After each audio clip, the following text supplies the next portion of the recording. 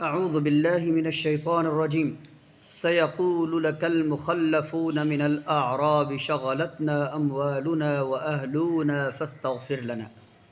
أعوذ بالله من الشيطان الرجيم.